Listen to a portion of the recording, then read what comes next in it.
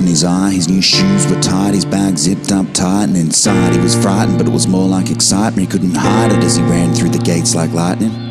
Jimmy's life is one that epitomizes the current temperature and education climates. He said, "Hi, miss," as he walked through the door, dropped his bag on the floor and looked around in awe.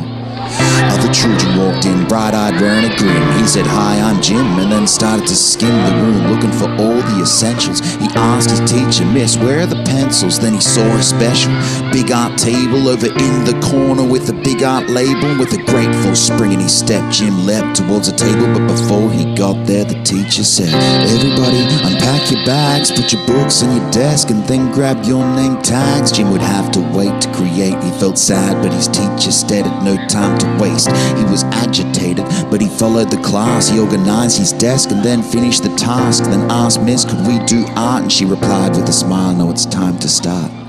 The first lesson of the day was to write out his name. So Jim started with a J but soon lost his way, cause when the teacher collected the names to be corrected, his page with his name was not what she expected. From one side to another, little Jimmy had covered his whole page with J's of assorted colors. "Do you love it?" he asked as his teacher walked past. She said, "Jimmy, listen to me, this was not the task." At first there was a gasp, then started the laughter. He should have covered his sheet faster, his page was a disaster. "You'll have to start up again," his teacher said, then clicked a pen, bent down with a frown and wrote J-I-M.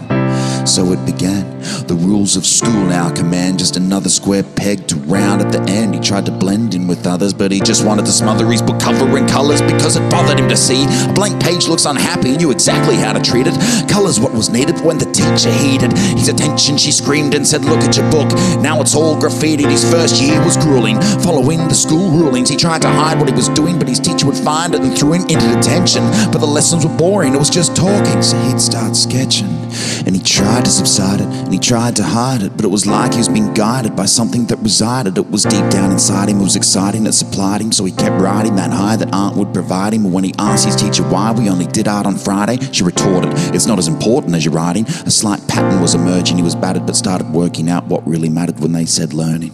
Cause Jimmy struggled with maths, he couldn't comprehend, he was behind them in science, he didn't understand, he couldn't spell very well, and his writing was bland, but little Jimmy was a genius with his own two hands. Give him a paper to be graded, he'd sit silent for an hour. Give him a paper to be creative, he'd make a paper Eiffel Tower. Give him a pencil double four, he'd turn silent and slow.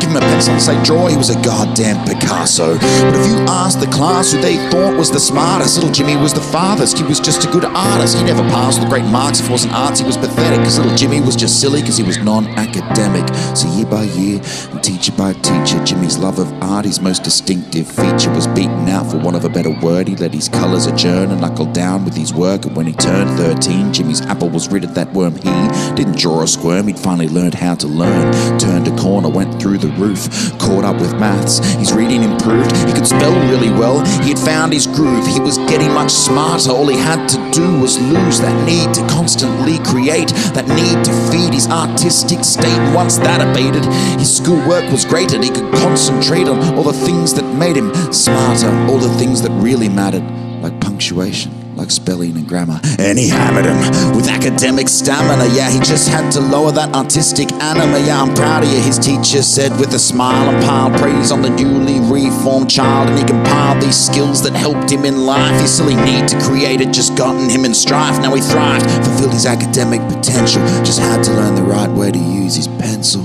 And over the years, Jimmy's schoolwork mounted. It was hard to keep up with his art because there was a mountain of more important work he had to finish. He had 4 reports due on Tuesday just for English, but he finished his scrimmage with academic urgency, passed with great marks, then on to university, and deservedly finished with honours. What a scholar, he became a lawyer, working hard, making lots of dollars. He'd swallowed that need to create long ago, which was great because we all know art's a dead-end road. And so Jimmy had a stable job, got married, bought a house, had 2 kids and a dog. Jimmy was one more example of how perfect the system was working. Put him on a mantle next to the others who once drew in colours but were force-fed their druthers.